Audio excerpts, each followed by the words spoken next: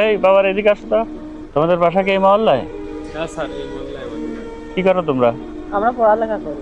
এলাকায় যে মাদক ব্যবসা করে দুই চারজন আমাদের থানায় তালিকা আছে, জানো তাদের? কই আমরা সেরকম কাউকে তো চিনি না। আমি জানি তোমরা হয়তো ভয়তে মুখ খুলছো না, কিন্তু তোমরা বলতে পারো যে এলাকায় কারা এই মাদক ব্যবসা করে। কিন্তু তোমরা ভবিষ্যতের ভাবে আমারে সত্যি কথা বলতে হবে, কারণ তোমরা যদি প্রশাসনের সহযোগিতা না করো তাহলে এই সমাজকে আমি সুন্দরভাবে গড়তে পারবো না। আমি চাবো যে বর্তমান যারা যুব সমাজ, যারা শিক্ষিত এবং যারা লেখাপড়া করে, তারা দেশের মেরুদণ্ড এবং তারাই হচ্ছে দেশের ভবিষ্যৎ। তোমরা হয়তো ভয়তে মুখ খুলছো না যে যারা এই মাদক ব্যবসা করে হয়তো বড় মাপের ডন, কিন্তু পুলিশের উপরে আমার মনে হয় কোনো ডন বাংলাদেশে আছে কিনা সন্দেহ। তাই আমার কাছে বলো, তোমাদের সমস্ত দায় দায়িত্ব আমি নেবো, কারণ আমি এই মফস্বলে এই গ্রামে আমি একা একা চলে আসছি, কোনো সৈনিক নিয়ে আসিনি সাথে। তোমরা কি মান্নার নাম শুনছো?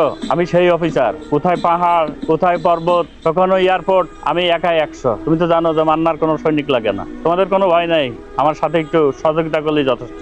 স্যার আসলে আমরা সত্যিটা বলতে চাই, কিন্তু ভয়তে বলতে পারি না। আপনি যেহেতু আইছেন, আমরা এবার বলবো নাকি কই বন্ধু? হ্যাঁ বন্ধু, আমাদেরও তো কিছু দায়িত্ব আছে এই সমাজের প্রতি। চলো আমার সাথে একটু চলো, হ্যাঁ, সহযোগিতা করো।